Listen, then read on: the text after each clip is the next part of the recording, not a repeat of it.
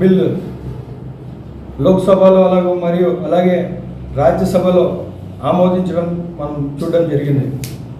లోక్సభలో రాజ్యసభలో ఆమోదించిన తర్వాత అది రాష్ట్రపతి ఆమోదం కోసం అక్కడ పంపడం జరిగింది. భారత రాజ్యాంగం ప్రకారంగా ఆర్టికల్ 14 అయితే ఏమి, 15 అయితే ఏమి, అలాగే 25, 26, 29, 30, 300 ఈ ఆర్టికల్స్ కన్నీ ధిక్కరించి ఈరోజు ఆమోదించడం జరిగింది. ఈ సందర్భంగా చేయడం ఏమంటే, ఒక మినిస్టర్ అయినా, కేంద్ర మంత్రి అయినా, రాష్ట్ర మంత్రి అయినా ఒక ప్రమాణ స్వీకారం చేసేటప్పుడు రాజ్యాంగాన్ని, శాసనాలను అనుసరించి ప్రజలందరికీ న్యాయం చేకూరుస్తానని చెప్పి ప్రమాణం చేస్తారు. కానీ ఈరోజు అదే రాజ్యాంగాన్ని, శాసనాలను ధిక్కరించి ఈరోజు ఈ బిల్లును పాస్ చేయడం జరుగుతూ ఉంది. ఇది తీవ్ర పరిణామాలు అవుతాయి. ఎందుకంటే ఇది చాలా దీంట్లో అంశాలు చూసుకున్నట్లయితే ముస్లిం సంబంధించి ఇక్కడ 300 సంవత్సరాల ప్రూఫ్ చూపించాలంట. మసీదులకు కానీ, ఖబ్రస్థాన్లకు కానీ, అలాగే మతపరమైన ఏవైనా ఇన్స్టిట్యూషన్స్కైనా కానీ వీళ్ళకు ప్రూఫ్ చూపించాలంట. ఎవరు చూసుకున్నా ఒక 50 ఏళ్ళు 60 ఏళ్ళ డాక్యుమెంట్స్ ఉంటాయి, అంతేగాని 300 సంవత్సరాలు 100 సంవత్సరాల డాక్యుమెంట్స్ తీసుకొని ప్రూఫ్ చేయాలనుకుంటున్నారు. ఇందులో మనం గమనించుకున్నట్లయితే ఈ బిల్లు అటు టీడీపీ పార్టీ కానీ, ఇటు వైసీపీ పార్టీ కానీ ద్వంద్వ వైఖరులతో వీళ్ళు చేస్తూ ఉన్నారు. వీళ్ళకు సూటిగా ప్రశ్నిస్తూ ఉన్నాను. ఆంధ్రప్రదేశ్లో 50 లక్షల మంది ప్రజలు ఉన్నారు, ముస్లిం ప్రజలు. వీళ్ళందరికీ మీరు మోసం చేసిన వాళ్ళు. ఎందుకంటే ఈరోజు గమనించుకున్నట్లే 2 పార్టీలు కూడా, ఒక పార్టీ అయితే బహిరంగంగా చేస్తున్నారు, ఇంకొక పార్టీ అయితే ఒక లోక్సభలో బహిష్కరిస్తారు, రాజ్యసభలో ఓటేస్తారు. దీని మతలబ్ ఏంటి? ప్రజలకు మోసం చేయాలనే కదా, ముస్లిం ప్రజలకు మోసం చేయాలనే కదా. మీరు ఇఫ్తార్ విందులోకి వచ్చి అదే విందులో ఆ మసీదులో కూర్చొని విందులు చేసిన వారు ఈరోజు మీరు ఈ బిల్లు ఆమోదమైన తర్వాత ఆ మసీదుకు మీదే అని చెప్పి ఏంటి ప్రూఫ్ అని చెప్పి మీరు అడిగే పరిస్థితి ఈరోజు మనం భారతదేశంలో చూస్తూ ఉన్నాము. ఈరోజు ఈ వక్ఫ్ బోర్డులలో నాన్ ముస్లిమ్స్కు చోటు కలిగిస్తారంట. ఇది ఎలా సాధ్యమని చెప్పి నేను ఈ సందర్భంగా ప్రశ్నిస్తూ ఉన్నాను. టీటీడీ ఉంది, అలాగే క్రైస్తవ సోదరులకు సంబంధించిన వాళ్ళ అసోసియేషన్స్ ఉన్నాయి, బోర్డ్స్ ఉన్నాయి. అందులో ఎవరికన్నా ముస్లిమ్స్ చోటు ఇస్తున్నారా? అలాంటప్పుడు కేవలం మైనారిటీలకు అనగదొక్కాల, మైనారిటీలకు ఎటువంటి పవర్ ఉండకూడదు అనే ఉద్దేశంతో ఈరోజు ఈ బిల్లులు తీసుకురావడం జరుగుతూ ఉంది. గుజరాత్లో ఒక ముస్లిం మహిళకు రేప్ జరిగిన సంఘటనలో ఆ కేసులో దాదాపుగా 10 ఏళ్ళు శిక్ష అనుభవించిన 11 మందికి వాళ్ళు రిలీజ్ అయిన తర్వాత వాళ్లకు సత్కారం చేసిన పార్టీ భారతీయ జనతా పార్టీ. ఇలాంటి పార్టీలకు టీడీపీ పార్టీ సపోర్ట్ చేస్తూ ఉంది. ఇది ఎంతవరకు సమంజసం? మొన్న 10 రోజుల క్రితం కూడా నేను ముస్లిం సమాజానికి ఎటువంటి ఇబ్బంది జరిగినా నేను సహించానని చెప్పి, ముస్లింతోనే మేము ఉన్నామని చెప్పిన ఈరోజు చంద్రబాబు నాయుడు గారు ఈరోజు ముస్లిం ప్రజలకు తీరని లోటు చేశారు. రాబో తరాలు మర్చిపోవు. ఈ సందర్భంగా తెలియజేసేది ఏంటంటే, మేము చెప్తాను, భవిష్యత్తు తరాలు మర్చిపోము. మీరు చేసిన ఈ అన్యాయం ఎప్పటికీ మరవలేము. ఎందుకంటే ఈరోజు మద్రసాలు మావి కాకుండా పోతాయి, మసూదులకు ప్రూఫ్లు అడుగుతారు, కలెక్టర్లు జోక్యమంట. ఇది ఎక్కడ చూడండి, ఇప్పుడు కలెక్టర్గా సర్వాధికారం ఇస్తారంట. అంటే ఇప్పుడు ఎవరన్నా ఒక ప్రభుత్వం మీద బోర్డుల మధ్యలో ఎక్కడైనా సర్వసాధారణమైన కేసులు జరుగుతూ ఉంటాయి. అలాంటి పక్షంలో కలెక్టర్ గారు వస్తే కలెక్టర్ ఏం చేస్తారు? ప్రభుత్వంతో మాట్లాడతారు. సో ఆ కేసులు కూడా పోతాయి.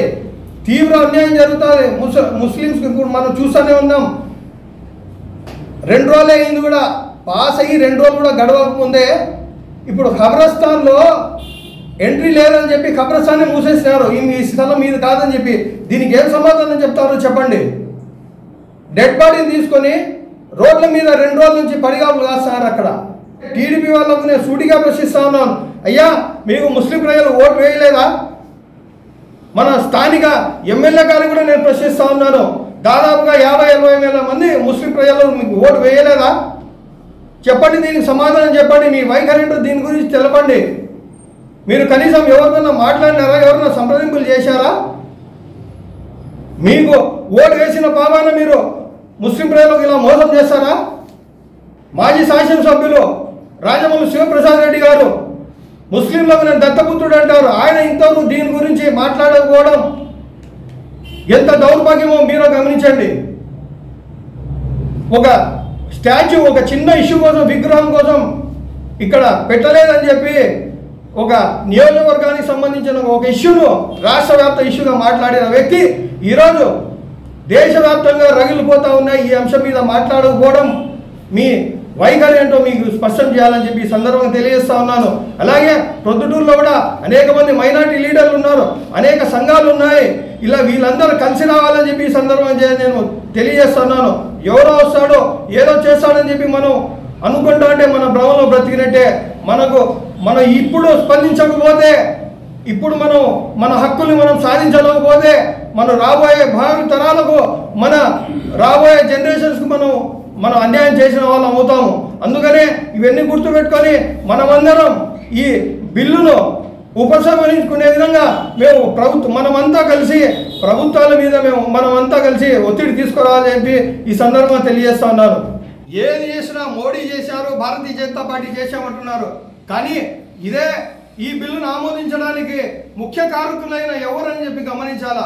మోడీ ఏముంది, మోడీ ఏ నాయకుడితో అయినా పని చేయించుకోగలుగుతాడు. అటు వైఎస్ఆర్ కాంగ్రెస్ పార్టీ అయినా, అటు టీడీపీ పార్టీ అయినా, ఎవరితో అయినా పని చేసుకునే సత్తా మోడీ గారికి ఉంది. మనం డైరెక్ట్గా చెప్పాలంటే, ఓపెన్గా చెప్పాలంటే మోడీ మనం డైరెక్ట్గా ఏం చేసుకోలేము. ఏదైనా సరే వాళ్ళకి ఎవరు మద్దతు ఇస్తా ఉన్నారు, వాళ్ళు ఎవరి మద్దతు ఆ బిల్లు ఆమోదం చేశారని చెప్పి మనం గమనించాలా. బీజేపీ పార్టీకి సపోర్ట్ చేసింది తెలుగుదేశం పార్టీ, రాజ్యసభలో సపోర్ట్ చేసింది వైఎస్ఆర్ కాంగ్రెస్ పార్టీ.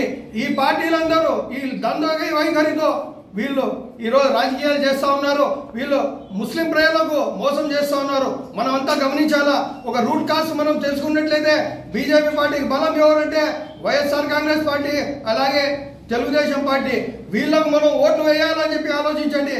గుర్తుపెట్టుకోండి, మనం ఈ ఎమ్మెల్యేలకు కానీ ఈ మినిస్టర్లకు కానీ ఎవరు సపోర్ట్ ఉంది?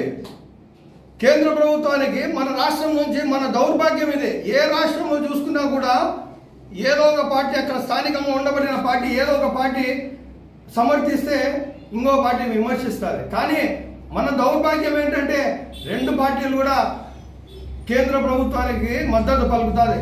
ఈ విషయం మనం చూసుకున్నట్లయితే ఏ టీడీపీ పార్టీ అయినా, వైఎస్ఆర్ కాంగ్రెస్ పార్టీ అయినా ఇద్దరు కూడా మోసం చేసేవారే. కేవలం కాంగ్రెస్ పార్టీనే ప్రత్యామ్నాయం.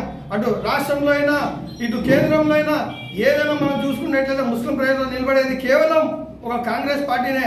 అది గమనించాలని చెప్పి రాబోయే రోజుల్లో ఏ ఎలక్షన్ జరిగినా, అటు ఎమ్మెల్యే ఎలక్షన్లు కానీ, ఎంపీ ఎలక్షన్లు కానీ, అది జమిలీ ఎలక్షన్లు కానీ, లోకల్ స్థానిక కౌన్సిల్ ఎలక్షన్స్ కానీ, ఏ ఎలక్షన్ జరిగినా కూడా ఈ పార్టీలకు, తెలుగుదేశం పార్టీకి అలాగే వైఎస్ఆర్ కాంగ్రెస్ పార్టీకి బుద్ధి చెప్పాలని చెప్పి నేను ఈ సందర్భంగా తెలియజేస్తున్నాను.